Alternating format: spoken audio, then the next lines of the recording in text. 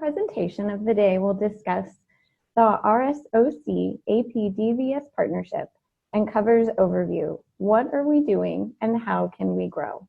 This is being presented by Dr. Chelsea Dorsey of the University of Chicago.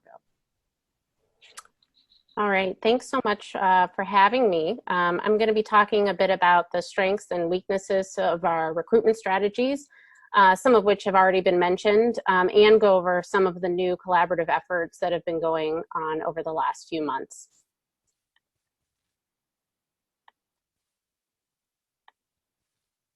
I have no disclosures for this presentation. All right, so I'm going to give a brief overview of the Coalition for Optimization of Vascular Surgery Trainees and Students. It's a bit of a mouthful, but that's what we're calling COVERS. COVERS was essentially the brainchild of the APDVS leadership, and in that they desired to create a forum for vascular educators to come together, talk about issues related to recruitment and matters surrounding the education and development of our vascular trainees. COVERS was actually modeled after the Education Summit that brings together representatives from the RRC, ACGME, VSB, and APDVS. So the thought was, let's do something essentially like that with some of the larger vascular societies and really try to get folks to work together. Things officially kicked off last summer with our first meeting in June. The leadership of COVERS have laid out 5 primary goals moving forward, the first of which is to plan and develop a set of strategic priorities, goals, and desired outcomes for the specialty of vascular surgery regarding medical student and resident recruitment and vascular trainee support. In addition, as I already touched on, we are really hoping to coordinate and integrate efforts and resources between the larger societies for issues related to vascular trainees. We also hope to serve as an easy way for other specialties to interact with vascular educators in an effort to address local, regional, and national issues as they arise. And I think there's also the potential for COVERS to really open the lines of communication between societies so that important information can be gathered by all involved parties, kind of all at once. And finally, we were hoping to share best practices as it relates to how we interact with students and trainees. The coalition is comprised of 2 representatives from each of the societies listed and is led by the president and president-elect of the APDVS.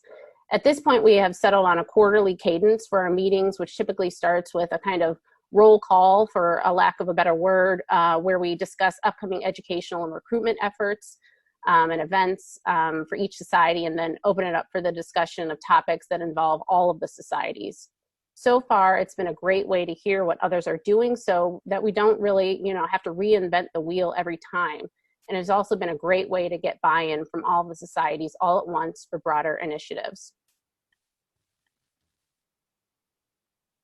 The next few slides will lay out some of the current strengths and weaknesses to our approach to recruitment, all of which have been discussed at recent COVERS meetings. So these are all topics and issues we are actively thinking about. First of all, I think it's worth noting that we've been able to successfully start a new training paradigm while maintaining the classic pathway for trainees who choose to go through the general surgery training first. I think at first it was a little unclear how this would pan out, but both pathways are great ways to train, and it gives trainees multiple time points to enter the field, which is great. So we're giving them some flexibility. In addition, we have a number of successful societies, each of which has their own identity, and each in their own way are vital to recruitment and have carved out different areas of the recruitment process to focus on.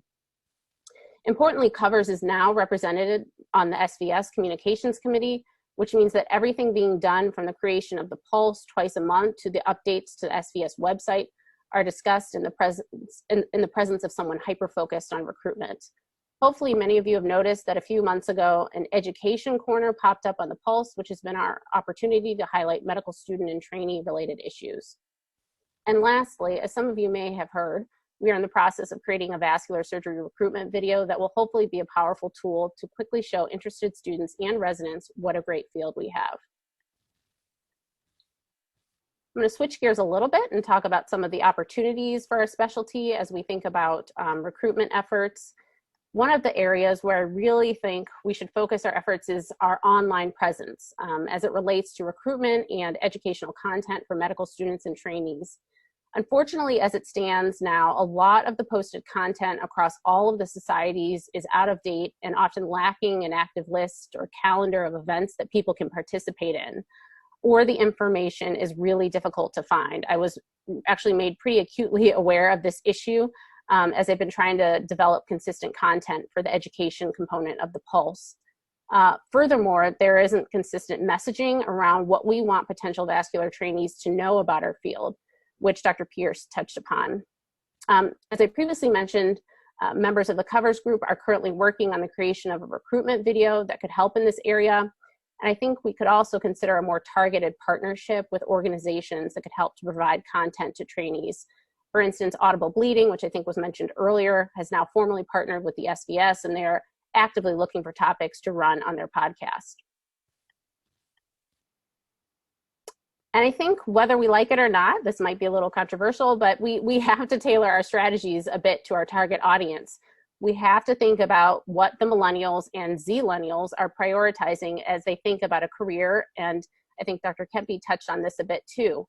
Obviously, they're all still wanting great training, but things like career development, academic interests, opportunities for outreach and advocacy, and work-life balance are all often at the forefront of their minds. And as we touched on a bit earlier in the panel, we have to embrace social media and make it a point to invest time and money into this area. This is something that has been actually a little hard for me because I'm not someone who likes to post what I'm doing all the time.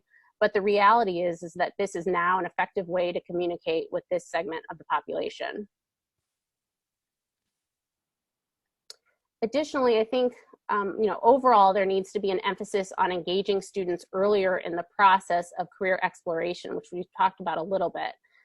That means preclinical medical students, undergrads, but even pre-college students, particularly if we want to make any headway with diversifying our field with respect to race and ethnicity. It's kind of sad to see the numbers over the last 2 decades with respect to our Black trainees and Hispanic trainees, which has really remained pretty stagnant. And this is a way we could potentially address that.